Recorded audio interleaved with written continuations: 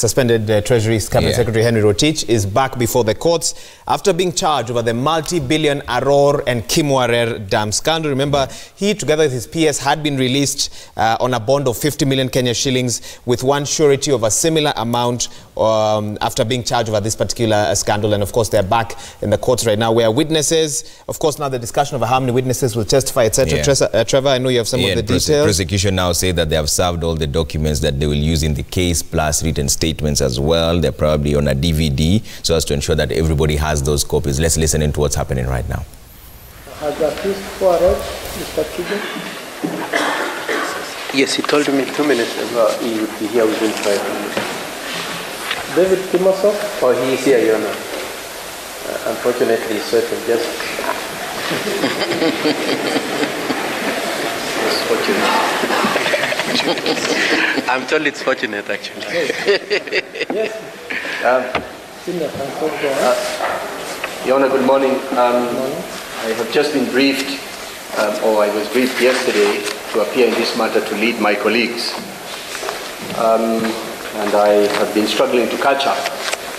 But I note with concern the compliance on the part of the prosecution to provide witness statements, list of exhibits and the list of the same by way of soft copy. On our part, we take this early opportunity to say that we will require and insist on hard copies of every document, including witness statements.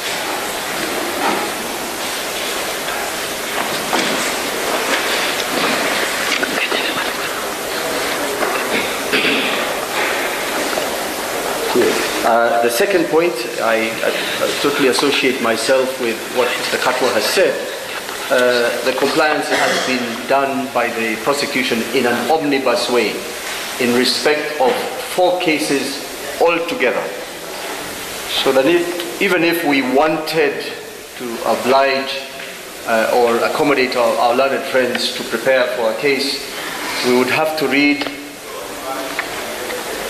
14,000 pages to determine for ourselves what case our client will be facing.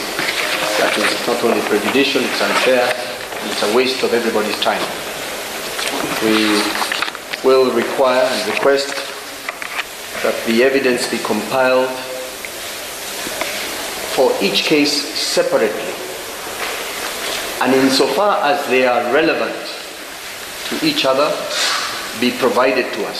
So we require all the evidence because all these cases are somehow related, but we require that they be compiled in a separate and distinct manner so that for those in case number 18, they know the witnesses to be called and the evidence to be presented, and the same for the rest.